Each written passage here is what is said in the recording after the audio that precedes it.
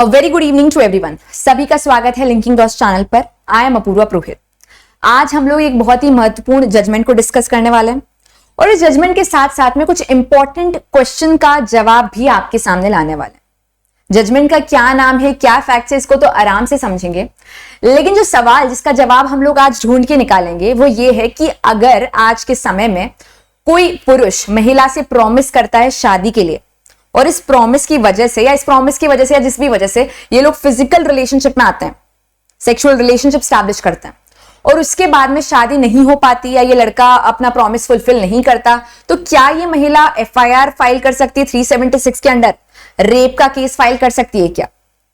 अगर हम लोग पुराने जजमेंट्स को देखेंगे तो आपको अलग अलग ओपिनियंस, अलग अलग जजमेंट्स नजर आएंगे, जहां पर काफी सारे केसेस ऐसे हैं जहां पर इस व्यक्ति के अगेंस्ट रेप के चार्जेस लगे भी हैं और इसको सजा मिली भी है, और काफी सारे ऐसे केसेस भी हैं जहां पर सजा नहीं मिली है। तो आज के समय में हम लोग कहां पे खड़े हैं? अगर हम लोग बात करें जनवरी 2023 के जजमेंट की और एज रिसेंट एज अभी की, इसमें एक जजमेंट आया है नाइम अहमद वर्सेस स्टेट। इस केस के अंदर सुप्रीम कोर्ट ने जवाब देने की कोशिश की है कि किन मामलों के अंदर रेप कंसिडर किया जाएगा और किन मामलों के अंदर ये ब्रीच ऑफ प्रॉमिस या नॉन फुलफिलमेंट ऑफ प्रॉमिस बिल्कुल भी रेप की कैटेगरी में फॉल नहीं करता है। इसको समझेंगे एक के बाद एक फैक्ट्स एनालाइज करते हुए।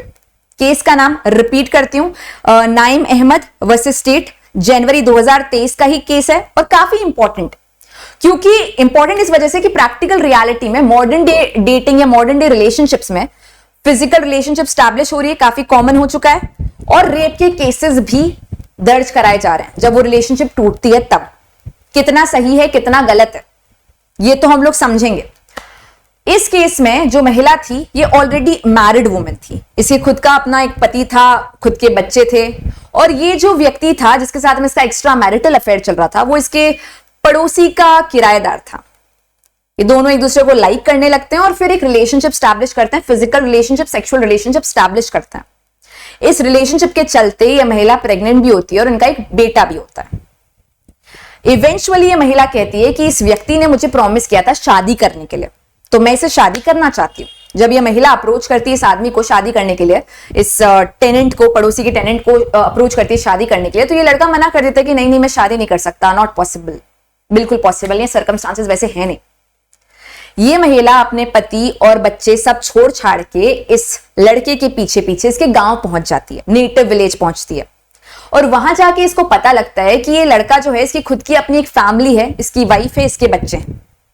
ये फिर से उसको परस्यू करती है शादी करने के लिए। लड़का नहीं मानता है, बिल्कुल नहीं मानता, लेकिन तब भी ये लोग अपनी रिलेशनशिप मेंटेन करते हैं उस विलेज में भी। इस पॉइंट ऑफ टाइम तक इस महिला ने म्यूचुअल कंसेंट के थ्रू डिवोर्स सीख कर लिया अपने खुद के हस्बैंड के साथ, तो अबैंडन कर दिया अपने हस्बैंड और अपनी पूरी की पूरी फैमिली को, और जो बच्चा इस एक्स पर्सन के साथ में हुआ था उसके साथ में यहां पे रह रही है और कॉन्स्टेंटली मैरिज के लिए बात कर रही है कि मुझे शादी करनी है, मुझे शादी करनी है, मुझे शादी करनी है। ये व्यक्ति टाले जा रहा है। इवेंचुअली लड़का कहता है कि नहीं मैं शादी नहीं कर सकता क्योंकि मेरा अपना एक परिवार है, मेरे अपने बच्चे हैं, मेरी अपनी बीवी है जिनको मैं छोड़ नहीं सकता हूं, मैं उनसे क्लोज हूं। तब यह महिला थक हार के 376 के अंडर एफआईआर दर्ज करवाती है। ट्रायल कोर्ट कन्विक्ट भी कर देता है इस व्यक्ति को, रेप की सजा मिलती है 10 साल की सजा। जब मामला हाई कोर्ट में जाता है तो हाई कोर्ट भी कंफर्म ही करता है कन्विक्शन, लेकिन सजा को थोड़ा सा कम करके 7 साल कर देता है कुछ फैक्ट्स को कंसिडर करते हुए। जब मामला सुप्रीम कोर्ट पे पहुंचता है, ये पिटिशनर जो है कहता है 7 साल की सजा जो है मैं क्यों काटूं, मैंने कुछ इस तरीके के झूठे वादे किए नहीं है, और ये जो महिला थी खुद मैच्योर है, दिल्ली में रहती थी, इनको सारी चीजें पता थी, ऐसा कुछ मैंने क्या झांसा दे दिया इनको, खुद मैरिड थी, मैं भी मैरिड था, हमारी चीज में जो भी सिचुएशन थी वो बहुत ही कंसेंशुअल सेक्सुअल रिलेशनशिप वाली थी, तो रेप कैसे आ रहा है? तो अब इस कॉन्सेप्ट को अंडरस्टैंड करने के लिए हम लोग 2 प्रोविजन में एंटर करेंगे, एक सेक्शन नंबर 376 और दूसरा सेक्शन 90। सेक्शन 376 अलग अलग प्रोविजन बता रहा है कि रेप किन किन सिचुएशन में कंसिडर किया जाएगा। 7 डिस्क्रिप्शंस दे रखे हैं, उसमें सेकंड जाओगे तो सेकंड में बता रखा है अगर विदाउट कंसेंट किया जा रहा है तो दैट इज रेप। तो यहां पे महिला सेकंड वाला डिस्क्रिप्शन के अगेंस्ट ही मामला अपना क्लेम कर रही थी कि मेरा जो रेप हुआ है मेरे बिना कंसेंट के हुआ है, मतलब क्योंकि सेक्सुअल रिलेशनशिप मेरे अगेंस्ट, मेरे कंसेंट के बिना हुई थी, इसलिए ये रेप है। काफी लोगों के दिमाग में आ रहा होगा कि ये बिना कंसेंट के कैसे हुआ, कहां पे फोर्स था, कहां पे क्या चीज थी। उसके लिए ये अंडरस्टैंड करने के लिए सेक्शन 90 में एंटर करना पड़ेगा जो कि कंसेंट को डिफाइन कर रहा है।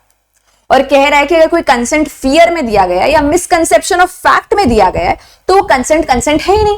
और ये महिला यही तो क्लेम कर रही है कि क्योंकि मैंने कंसेंट मिसकंसेप्शन ऑफ फैक्ट में दिया था तो मेरा कंसेंट नहीं है, यानी कि जो सेक्सुअल रिलेशनशिप स्टैब्लिश हुआ है वो विदाउट कंसेंट के हुआ है। ये सारी बातें जब सुप्रीम कोर्ट के सामने आती है, उसको ब्रेक डाउन किया जाता है, तो सुप्रीम कोर्ट कहता है कि बातें आपने काफी सही कही है कि सारी चीजें ठीक है कि मिसकंसेप्शन ऑफ फैक्ट वाला जो कंसेंट है वो कंसेंट होता नहीं है, लेकिन अगर इस पूरे फैक्ट को अंडरस्टैंड करते हैं और ब्रेक डाउन करते हैं तो समझ में ये आता है कि आपको कोई झूठा प्रॉमिस किया नहीं गया था। अगर हम फैक्ट उठा के देखें तो दोनों ही मैरिड लोग थे, दोनों की फैमिलीज एग्जिस्ट कर रही थी, आपकी खुद की अपनी फैमिली थी, आप एक मैच्योर महिला हो जो कि दिल्ली से बिलोंग करते हो, आप एक एम्पावर्ड वुमेन हो, so you knew what you were getting into. दूसरी बात ये कि हमको अंडरस्टैंड ये करना पड़ेगा कि ब्रीच ऑफ प्रॉमिस क्या है और नॉन फुलफिलमेंट ऑफ प्रॉमिस क्या है। ब्रीच ऑफ प्रॉमिस यानी कि आपने झूठा झांसा दिया, आपने झूठ बोला कि मैं शादी करूंगा जबकि बिगिनिंग से ही आपका कोई इंटेंशन नहीं था शादी करने का, ये of course breach of promise है। लेकिन नॉन फुलफिलमेंट ऑफ प्रॉमिस ये होता है कि जहां पर आपका शायद इंटेंशन था शादी करने का, लेकिन बाद में कुछ सर्कमस्टेंसेस ऐसी आ गई, कुछ ऐसे अनफोर्सिएबल सिचुएशंस क्रिएट हो गई, या आप दोनों का मान लीजिए जो कंपेटिबिलिटी थी वो एकदम ही ब्रेक डाउन हो गई कि अब आप शादी नहीं कर सकते हो किसी कारणवश, तो नॉन फुलफिलमेंट है। क्योंकि जब आपने प्रॉमिस किया था आपका इंटेंशन था इस प्रॉमिस को फुलफिल करने का, लेकिन अभी फैक्ट्स एंड सर्कमस्टेंसेस इस तरीके के हैं कि आप फुलफिल कर नहीं सकते हो। ये दोनों चीजों को डिफरेंशिएट करना बहुत जरूरी है।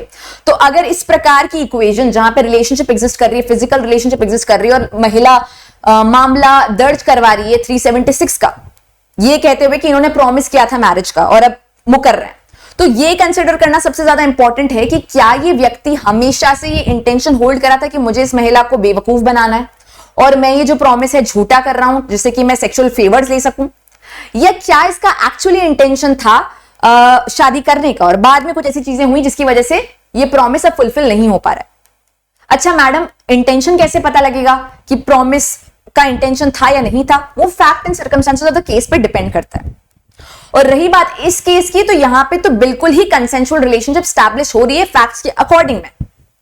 आप वहां पे जब उनके विलेज में गए तो आपने देखा कि एक्चुअली इसकी एक वाइफ एग्जिस्ट कर रही है, इसके बच्चे एग्जिस्ट कर रहे हैं, उसके बाद भी आप साथ रह रहे हो, तो कहीं ना कहीं आपको पता होना चाहिए था कि आप क्या एक्सपेक्ट कर रहे हो कि ये अपनी फैमिली को छोड़े और फिर आपके पास आए, जो कि हम लोग अपनी सोसाइटी में एक्सेप्टेबल समझते भी नहीं, ना तो मॉरली ना लीगली। हम लीगली भी नहीं चाहते कि मैरिज ब्रेक डाउन हो।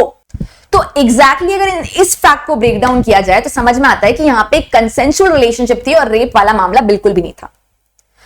अब जो हमने बिगिनिंग में एक सवाल पूछा था कि क्या इस तरीके से प्रॉमिस किया जा रहा है किसी महिला को और सेक्सुअल रिलेशनशिप स्टैब्लिश किए जा रहे हैं, तो उस मामले में रेप है या फिर कंसेंशुअल सेक्सुअल रिलेशनशिप है?